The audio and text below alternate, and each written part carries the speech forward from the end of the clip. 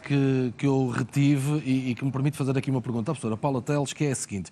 Esta senhora usou uma expressão muito interessante que disse: primeiro temos que nos reabilitar a nós próprios.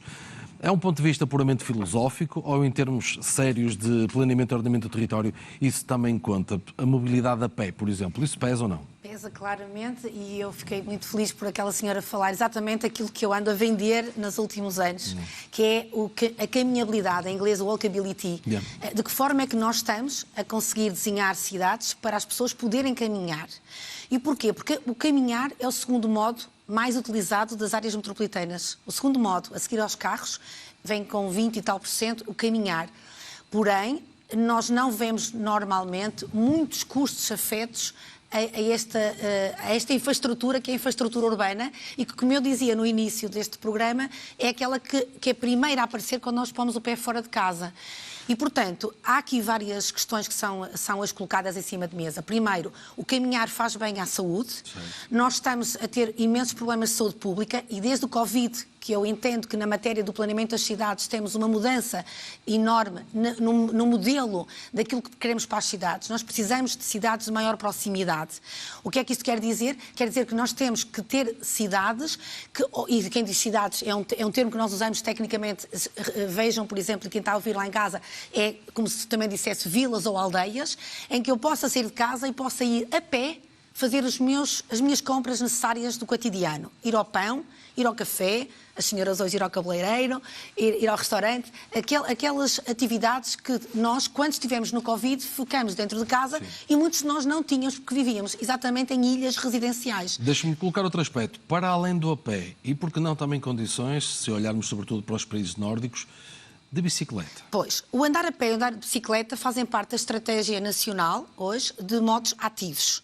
E temos uma lei de base do clima, já aprovada pelo governo português, com orientações europeias, que remete para a implementação urgente dessas práticas de mobilidade. Andar a pé, andar de bicicleta ou em micromobilidades, que são as questões das trotinetes, que isso é um assunto que não vamos aqui abordar e eu pessoalmente tenho muita reticência sobre esse assunto porque é altamente inseguro. Está a falar das elétricas. Das elétricas, quando andam nos passeios. Mas o que se fala hoje é, de facto, nesses modos ativos. Andar a pé e de bicicleta. Cerca de 70% das locações têm menos de 3 km nas áreas metropolitanas. Significa que há pessoas que pegam no carro para andar 1 km, 2 km. E eu hoje, em idade ativa ainda, e já com os meus 50, não é? Eu consigo, felizmente, porque não tenho mobilidade reduzida, consigo andar 2 km a pé rapidamente. E é nesse conceito que nós estamos a pedir aos cidadãos, e por isso é que é uma revolução de uma estrutura mental, pedir aos cidadãos que aprendam, que não tenham medo e, mais do que tudo, que não se sintam dentro de um lobby de minorias, da exclusão, quando andam a pé, quando andam de bicicleta. Porque eu, quando acabei o meu curso, e passo a vida a dizer isso... A questão psicológica às vezes é o mais difícil de mudar, que eu mais queria era ganhar dinheiro para comprar um carro. Pois. E a minha geração toda, a primeira compra que efetuou foi um carro. Hoje, nós percebemos que não é por aí que vamos caminhar. Aliás, os jovens, como já reparamos, não têm dinheiro nem sequer para a habitação, muito menos para comprar grandes carros. Os jovens são os primeiros que nos evidenciam e nos mostram que têm que ter alternativas ao veículo privado e que andam mais de transporte público e andam muito mais de bicicleta e andam muito mais a pé.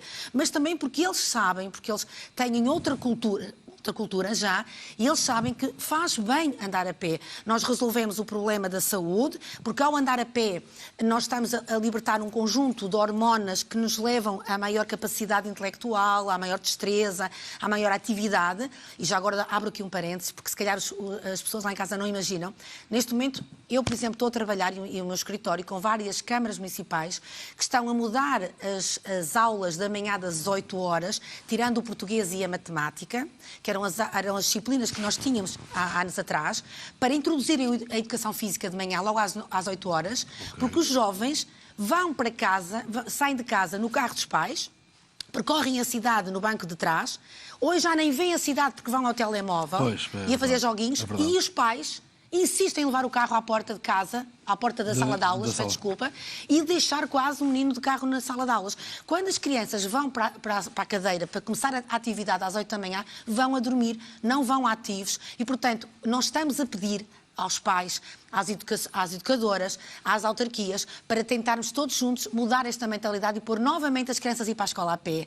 E quando digo ir para a escola a pé é para começarem a conviver, a terem autoestima, a ganharem confiança, para poderem serem mais fortes. E esse me permite, esse é um seríssimo problema que até deve ser analisado na perspectiva, enfim, mais psicológica ou sociológica, claro, de uma questão que também tem a ver com o que estamos a falar, que é o mindset português.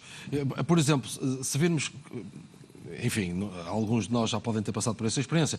Pessoas que, por exemplo, vão a Nova Iorque, pessoas que nós conhecemos, sim, ou nós próprios, e que veem toda a gente andam de táxi e encaram isso com toda a normalidade, deixam e aqui não. E dizem, em Nova Iorque toda a gente anda de táxi, eu andei de táxi. Claro. Então, e cá andavas de táxi? Não. E cá, não, isto é Portugal. Não, pois, esse é que é um problema, isto é mas é isto. Mas nós todos, quando vamos, e somos todos turistas hoje, infelizmente, aliás, eu quando há bocadinho falava da habitação e do centro, da centrifugação, estava a dizer que um dos problemas era o turismo, mas que fica aqui esta nota, eu pessoalmente não sou contra o turismo, acho que nós precisamos do turismo, nós temos é que integrar o turismo com as áreas habitacionais e espero que seja essa uma das grandes conclusões da semana que se está aqui a viver neste momento no Porto, mas, portanto, o que eu te dizia há bocadinho é, as crianças têm que ir para a escola a pé, e para irem para a escola a pé, os pais têm que deixar, mas para os pais deixarem, os pais têm que deixar de ter medo.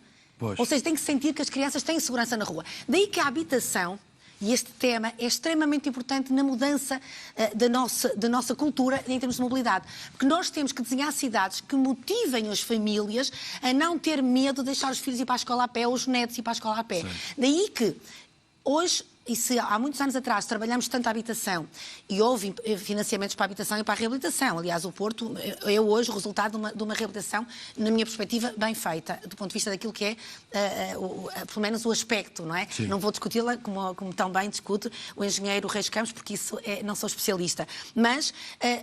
houve depois mais um período que nós investimos e houve financiamentos europeus para o espaço público. Pois bem, hoje é tempo da mobilidade ter aqui uma componente importante e que faça com que este tema, habitação e espaço e mobilidade, seja visto como habitat.